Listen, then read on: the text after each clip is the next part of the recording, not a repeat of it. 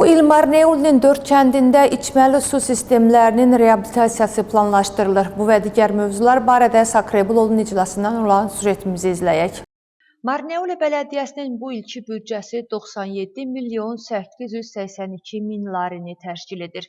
Sakrebulolun 2026-cı ilə olan ilk iclası məhz bu məsələnin müzakirəsi ilə başladı. Əvvəlki illə müqayisədə yerli büdcə 7 milyon, transferlər isə 14 milyon artıb. 2026-cı ilin yanvarın 1-nə olan məlumata görə cəmi 10 milyon 53 min 840 larini təşkil edirdi. Buradan yerli büdcənin xərci cəmi 7 milyon 301 min 653 laridir. Dövlət büdcəsindən ayrılan transferlər cəmi 2 milyon 650 min 573 laridir. Büdcə bu göstəricilərlə transferləri də daxil etməklə 7 milyon 301 min 653 lari yerli büdcə artdı. 14 milyon 48 min 480 lari isə transfer artdı.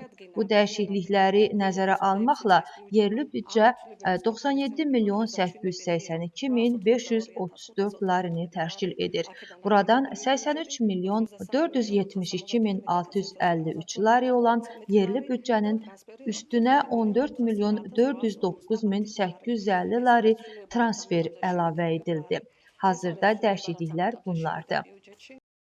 İclasda xüsusi qayğıya ehtiyacı olan yetkinlərə fərdi yardımı nəzərdə tutan 1 illik şəxsi köməkçi xidməti proqramı da təsdiqləndi.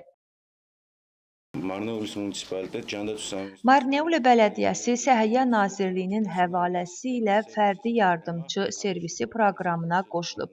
Bu proqram əlil insanların müstəqil həyata qatılmasına dəstəkdir. 1 illik proqramdır. Bunun əsasında həmin insanlara yardımçı şəxslər dəstək olurlar.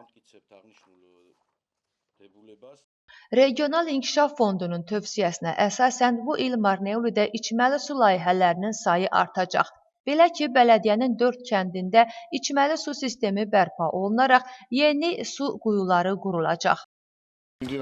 Bu il yanvarın 9-da meriya tərəfindən bizə məktub daxil oldu.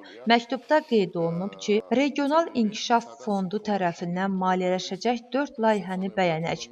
Bunlar Ağqula və Çopidə su şəbəkəsinin yaradılması və Qasımlı ilə Baytaluda isə su sistemi üçün su quyularının qurulması layihəsidir.